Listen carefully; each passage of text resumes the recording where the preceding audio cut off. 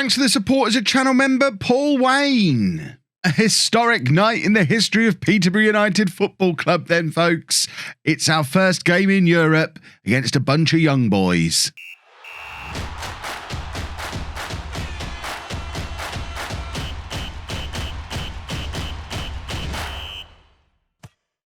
Hello and welcome to Club 2, Part 40 of Non-League to Legend. I'm Kevin. Coming up on today's episode, we play our first ever game of European football. It's Peterborough United at home against young boys in the Europa League. And we're also away against Manchester City in the Premier League. The Premier League table that we are currently top of after the start we've had to this season. You saw us put 9 past Blackburn in the last episode. Weirdly, we then went to Norwich and lost, but followed that up with 2 home games against Tottenham and Everton with 2 more wins. Wins in which we absolutely maxed out the capacity on the King Power Stadium that we're ground sharing over in Leicester at the moment. And it does make me wonder if maybe the ground that we're due to move into in 2 years' time is going to be a little bit on the small side. King Power with a capacity of, or in fact, it's not the King Power, it's the Leicester Community Stadium, the one that replaced the King Power. Again, weird stuff going on in this save.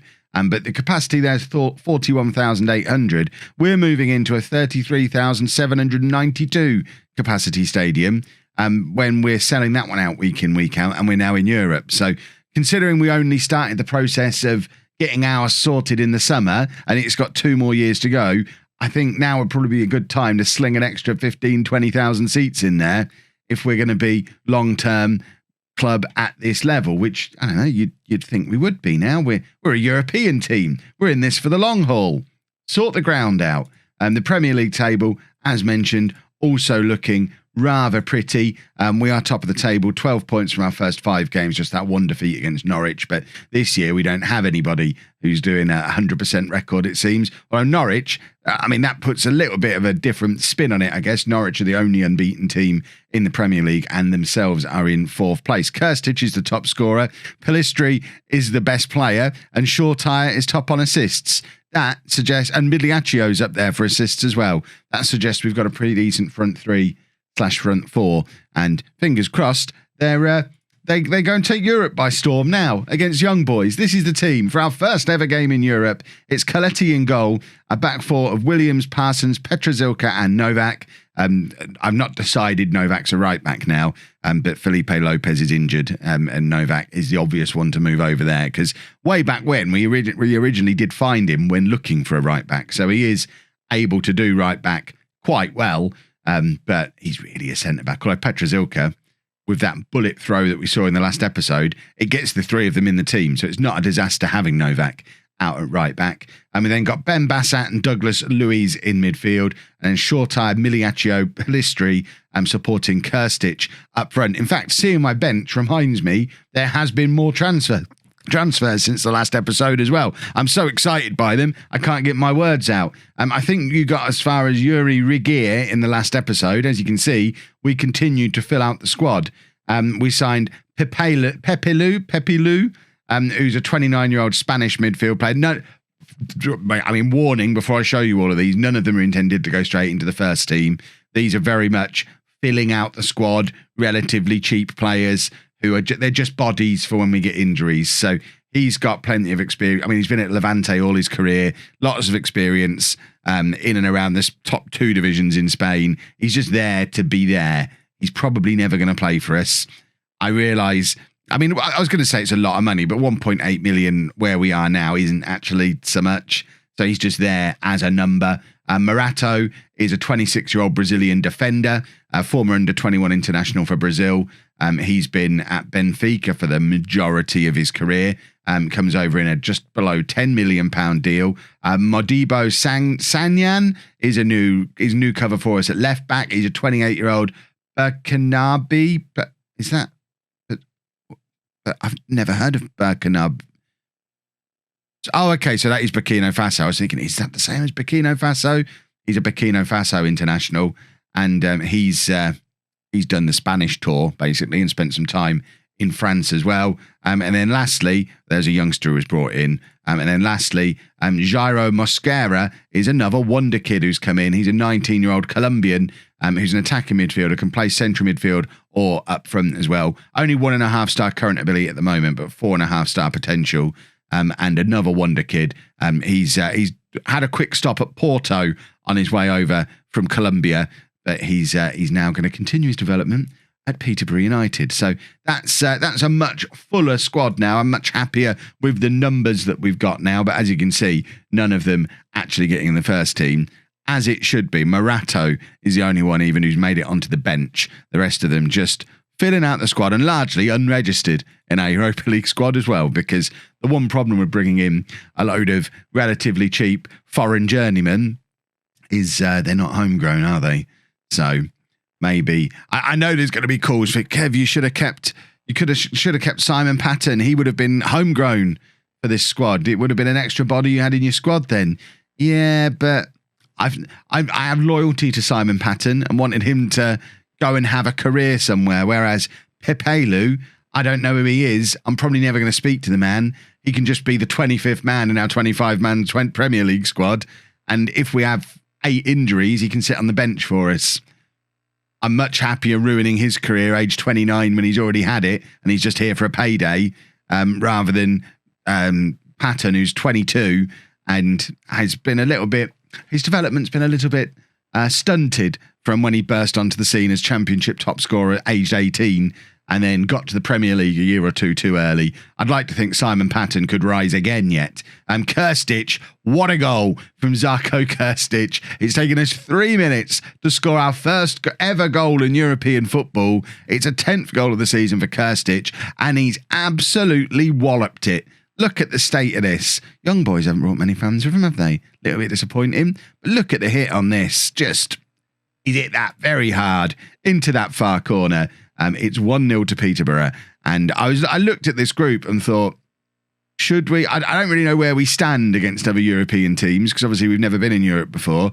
I do feel like this might be a group for us to play a rotation squad in more often than not. Obviously, for our first ever game in Europe, we're playing the full first team. But I do think that maybe we're probably going to qualify from this group relatively easily. And we'll be playing the squad boys, the rotation boys, for most of our Thursday night football, at least until we reach the knockout stages. If it ends up that we don't get to the knockout stages, it means I got too carried away with the rotation stuff. Right, Williams with the header from the goal kick, from the goalkeeper, believe it or not, and it's Shortire, who of course we saw in the last episode, is in some rather good form this season, but that is a rare poor cross from him. But look at that tackle from Miliaccio as our attacking midfielder, just defending from the front, winning the ball back, and now Novak is on the attack, finds Miliaccio, back to Novak again, and he's got a crossing opportunity, finds Pelistri, and his shot can't make it past the young boy's goalkeeper. I love the fact that that's abbreviated to U-boy. That's brilliant. Why have we not got the? I was going to try and get the latest scores on there, but the game won't let me apparently. Douglas Luiz back to Parsons. Parsons playing it out to Pelistri, who's got Novak ready for an overlap if he wants to use him. But I think Pelistri's going it alone. Very dangerous cross, finds Kirstic, and there's Shortire. And Kirstic returning the favour to Shortire from all those assists that he's given him already this season, laying it out for him on a plate. And 21 minutes gone, it's 2-0 to Peterborough. And we, not only are we playing well, but this front four, this front four, it's the one now. I don't know that we're going to need to upgrade this front four at any point. I'm now thinking, I think we're finally at the point where I'm thinking long term, rather than I wonder if a big club's going to come in for me. I think we might have grown into becoming the big club, and it's going to take a Barcelona or a Bayern Munich, or I guess like a Manchester United probably at this point to drag me away from Peterborough, because I think we've got one of the most exciting young front fours in European football. He says, without any context or any knowledge of what the other exciting front fours might be. What are we, 7 years into the future now? I mean, there could be anything, anywhere, but we're excited. And Pelistri makes it 3-0 with, is it only Miliaccio of the front of the what we're going to call him, the Fantastic Four? He's the only one who's not scored so far, but he has been instrumental in what's been going on, and they're just very good. Miliaccio now with the corner, And we haven't even capitalised on any set pieces yet today. We could be setting up another cricket score again today with the way we've started this game. Definitely, when we play young boys again, you're going to see the likes of Ricky J. Jones back in the team, because we don't need to use Kirstich on this lot. And he kicks the ball so hard, peppering the goalkeeper's gloves again there. And we win yet another corner. And surely at some point, we're going to get a breakthrough on these corners. We've got all three of our big centre-backs are on the pitch at the same time, and they are all going to be a danger from these set pieces. Williams looking for the long throw from the left. So we've got Williams delivering them from the left, and what's his name? Petrazilka delivering them from the right. And we've got long throws coming in from everywhere. We're a danger from corners with the three big lads going forward. And we've got this front four just knocking the ball around. And I guess your midfield too are just keeping things under control and not looking fancy. Captain Brandon Williams making it 4 with a lovely individual effort from the edge of the area. That's why you play a right-footed left-back, boys and girls, for that rare occasion, once or twice a season, when he gets himself into that position and can just knock it past the keeper from there.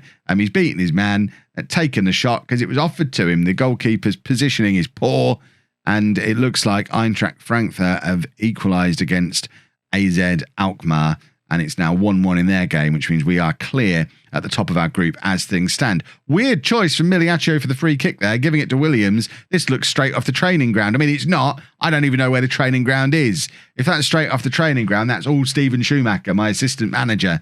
It worked beautifully, but I had nothing to do with it.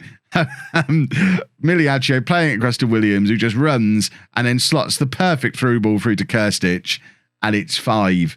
And we're doing it again. We've gone from not turning up when the cameras are on to we show off for the cameras, and I have to sit through the pathetic performances away against Norwich on my own. I think I preferred it the old way. At least then I got to enjoy myself and nobody was with me. Now we get the enjoyment together, but I know I'm going to sit through, oh, we're losing again, without anyone to moan at about it, and it's not fair. Miliaccio, the Fantastic Four, now all have goals in today's game. It's 6-0, and we're pretty good, aren't we? We're a good side. It's bordering on embarrassing how poorly young boys are faring against a team that have never played in Europe before. Answers on a postcard or in the comments, whichever is easier for you. The PO box address is down there too if you want to send a postcard. But answers on a postcard or comments. Has a team ever had a more impressive first appearance ever in European football than this one? Our first ever match, ignoring the Anglo-Italian Cup, as we did back when we were playing in it. 6-0 at least on our first European game. Name a better European debut than this one. We're looking for teams, not players. There's probably players who've had fancy European debuts, but I want European debuts of teams. Name me a better scoreline than 6-0.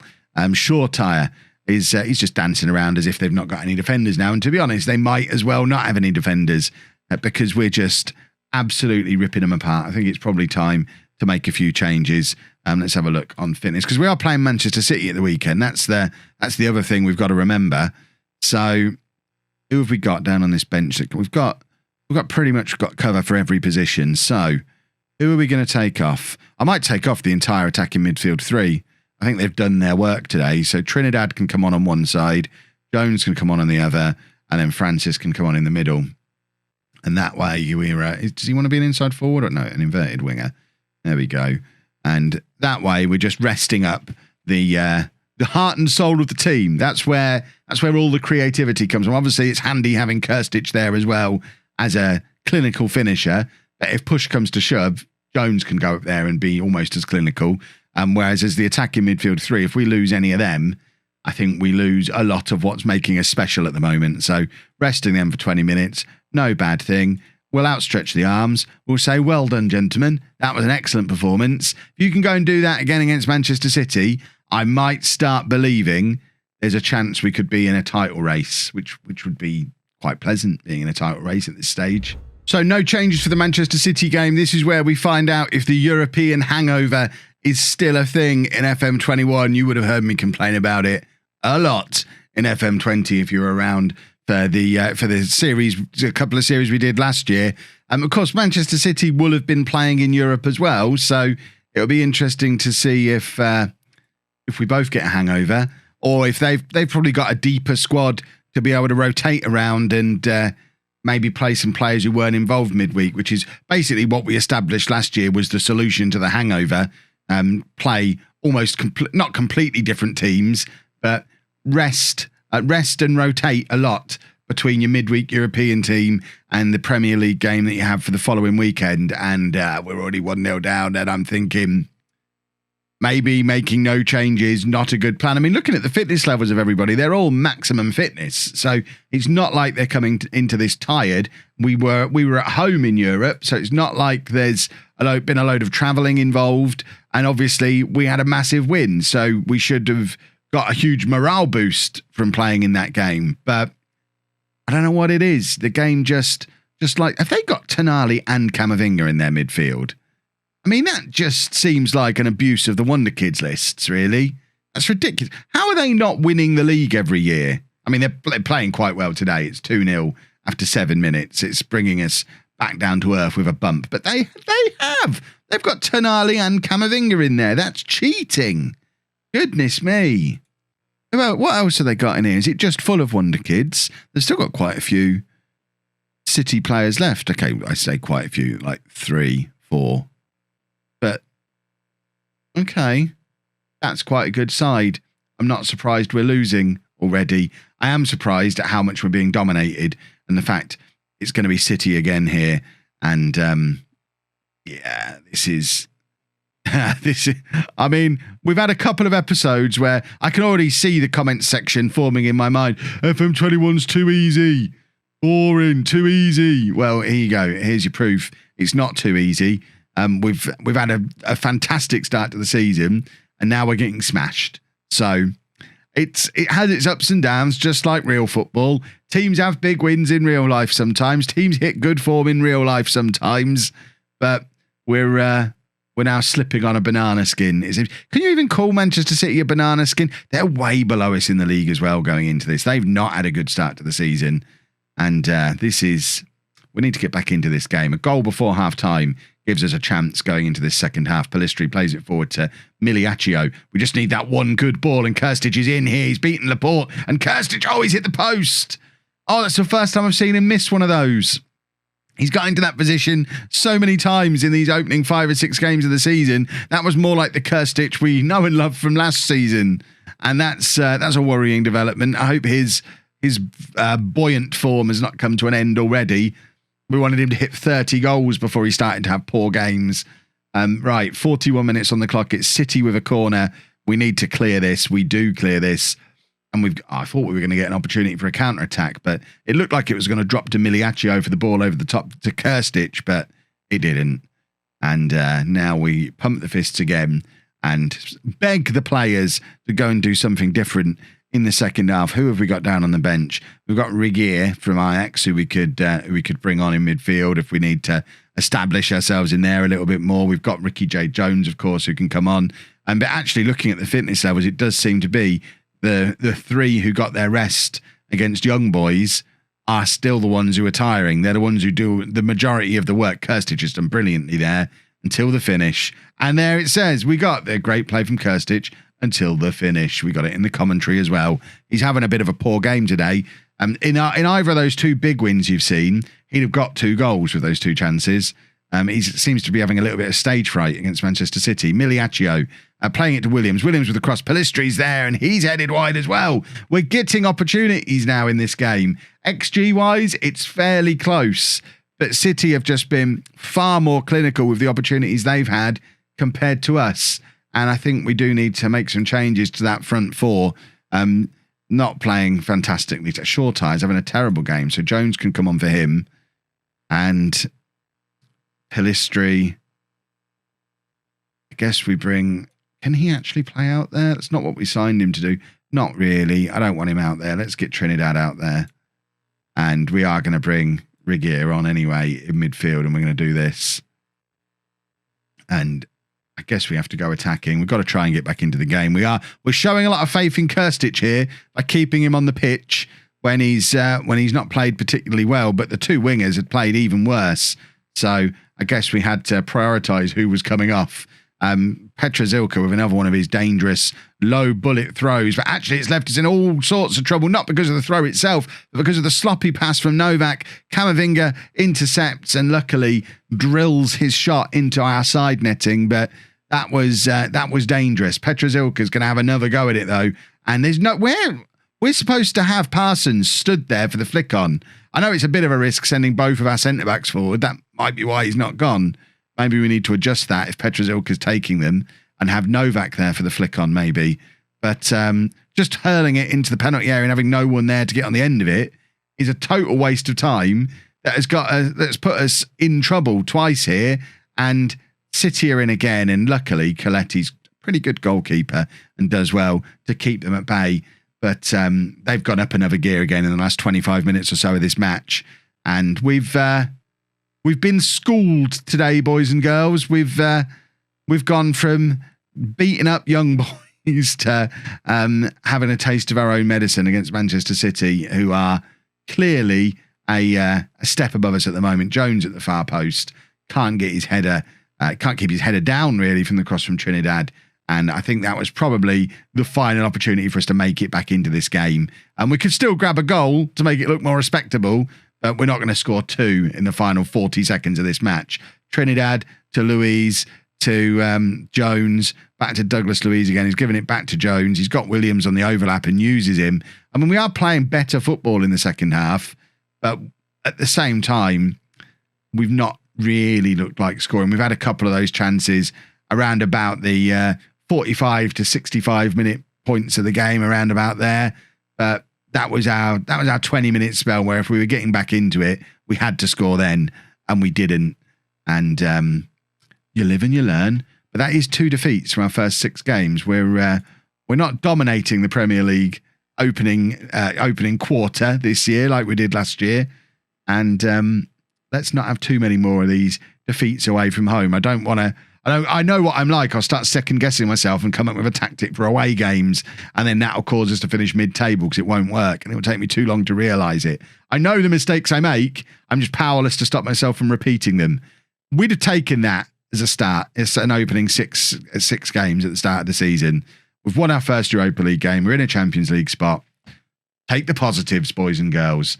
Right, we will be back as ever. In fact, it's not tomorrow, is it? It's Monday, because, of course, we don't have Non-League to Legend on Sundays anymore. Sundays is for home. But we'll probably play through a couple more of these Europa League games, maybe come back for Eintracht Frankfurt and Arsenal on Monday. That seems like a good plan to me. If you've enjoyed that, please make sure you leave a nice big thumbs up on there for me. Subscribe to the channel for daily Football Manager videos. And thank you very much for watching.